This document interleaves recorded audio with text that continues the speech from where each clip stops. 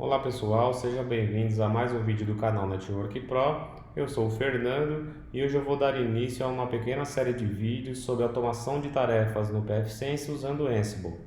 Há cerca de 2 anos atrás, ao fazer um trabalho com um grande amigo meu xará Fernando Cardoso, grande abraço para o Fernandão, eu conheci esta belezinha que me permite automatizar tarefas dentro de um ambiente. Então eu substituí todos os scripts que eu tinha em Python, em Shell. Alguns deles eu portei e reescrevi eles como playbook, que é a sequência de tarefas que o Ansible usa para executar as atividades. Então, aqui nós temos alguns porquês do Ansible. Então, ele é simples, ele é fácil de ler, ele não precisa de skills de desenvolvimento, ele segue uma ordem procedural ali para suas atividades que você pode definir. Então, ele faz o gerenciamento de configuração, ele faz deploy de aplicação, então é fantástico. E o principal motivo, no meu caso, no caso do pfSense, é o fato dele ser agentless, ou seja, você não precisa instalar um agente no cliente para poder desenvolver as suas atividades dentro do cliente, no nosso caso no pfSense. Ele vai conectar via SSH ou em RM, no caso de ambientes Microsoft, mas especificamente falando sobre o pfSense, ele vai usar uma conexão SSH para fazer o desenvolvimento do gerenciamento e das execuções dessas atividades. Eu preparei aqui um cenário com algumas instalações, exatamente 6 instalações de pfSense. É claro que são instalações virtuais, ou seja, são máquinas virtuais, as quais eu coloquei uma classe de IP 92.168.10/24, que é a rede de gerenciamento pela qual o Ansible vai fazer o gerenciamento dessas instalações de pfSense, e criei uma LAN 2, que é uma LAN específica de cada pfSense, simulando aí as redes LAN de cada filial. Ou seja, se você tivesse um ambiente com essa quantidade de instalação de pfSense conectada em VPN, seria muito similar. Então aqui a ilustração do Ansible enviando as configurações para as instalações que eu tenho de pfSense. Então vai ajudar bastante o trabalho.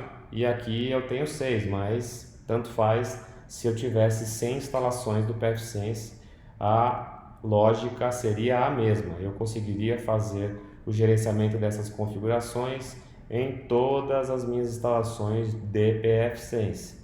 Então aqui as minhas 6 instalações, aqui com a LAN e com a LAN 2. Você precisa fazer algumas etapas, como a instalação do pacote sudo, o Ansible PF01 para fazer a instalação e a configuração. Nos demais pfSenses, nas demais instalações, eu já fiz essa configuração. Então, feita a instalação do pacote sudo, eu vou adicionar um usuário. Nesse caso, o usuário e senha será npro. Vou fazer a adição desse usuário. Vou voltar aqui nas configurações do usuário e vou atribuir 2 privilégios, que é o Shell Accounting e o SSL Tunneling.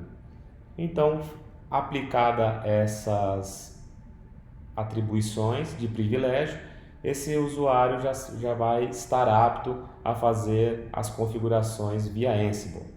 Lembrando que eu vou declarar essas configurações nas configurações do Ansible a seguir.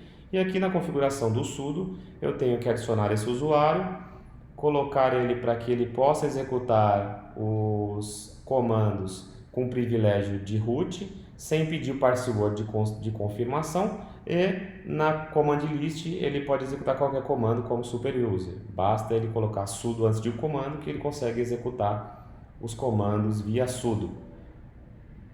Então, feita a configuração, essa configuração já está replicada nas demais instalações do pfSense que eu vou usar nessa demonstração. A ideia do vídeo de hoje é apenas preparar o ambiente. Nós não vamos executar as tarefas hoje, nós vamos deixar o ambiente apto a executar as tarefas nos próximos vídeos. Eu ainda vou ver se eu vou fazer um vídeo com todas as tarefas ou se eu vou separar as tarefas em vídeo nos próximos vídeos. E aqui eu tenho alguns softwares que eu preciso instalar e algumas etapas que eu tenho que fazer aqui para poder deixar ele compatível e habilitado com o Ansible. A primeira delas é instalar o repositório da EPEL, que vai me permitir baixar a última versão do Ansible. A última versão do Ansible é a versão 2.7. Feita a instalação do EPEL, eu vou fazer a instalação do Git e a instalação do Ansible propriamente. O Git vai permitir que eu possa fazer um clone do meu repositório, no qual eu já tenho algumas pré-configurações, com o objetivo de facilitar a demonstração de hoje. Ou seja, se eu fosse escrever um playbook do zero, o vídeo, eu ia ter que fazer uma série muito longa de vídeo. Então, tentando seguir um padrão ali do canal de vídeos curtos, a ideia de hoje é passar de uma maneira que, se você, mesmo sem conhecimento em Ansible, queira executar dessa maneira ou reproduzir, você vai conseguir, você estará apto. Aqui o link do meu repositório, eu vou deixar na descrição do vídeo, e aqui eu tenho todas as configurações que eu preciso. Aqui no meu repositório, agora que eu baixei, então eu tenho os diretórios, a estrutura de diretórios que eu criei para esta execução do Ansible.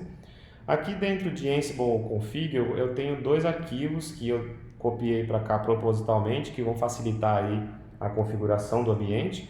Então eu tenho o vim.rc, que tem algumas configurações do Vim que vão facilitar caso você precise editar os seus arquivos YAML ou YML, que é a extensão que o Ansible usa, e o Ansible.cfg, há algumas variáveis globais para a execução do Ansible.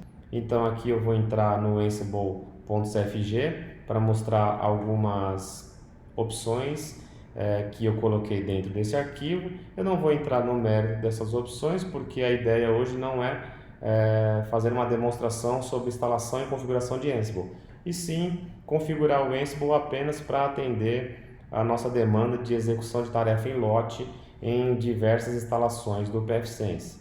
E aqui eu vou entrar no vim.rc para mostrar que eu tenho alguns parâmetros de configuração do Vim que vão colocar cor e colocar numeração nas linhas, indentação e outras coisas a mais ali que vão ajudar caso você precise editar o arquivo via linha de comando.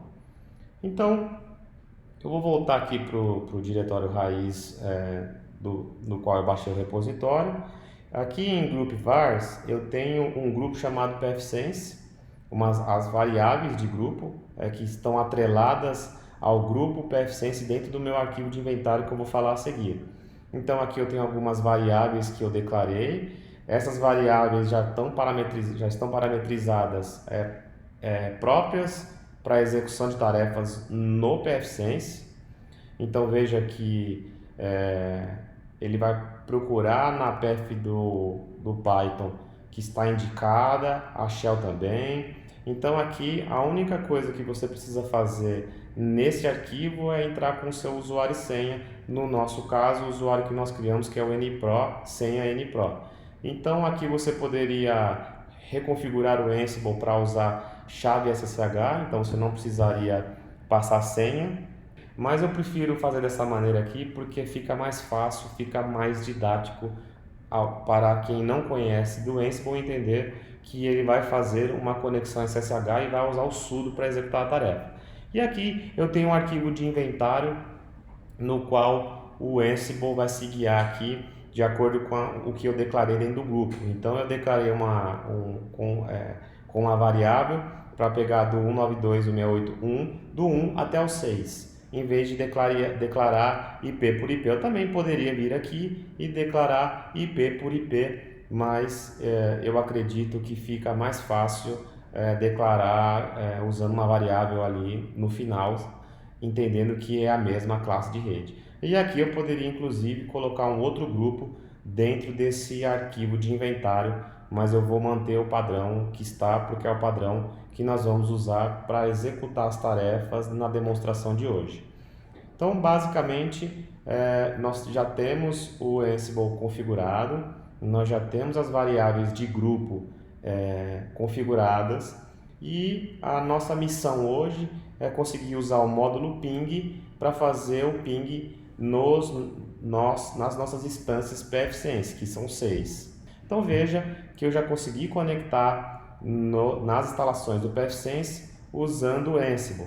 Então a missão de hoje era essa. Nos próximos vídeos eu vou falar sobre a configuração das tarefas de alias, regras e update e backup. Então, até o próximo vídeo.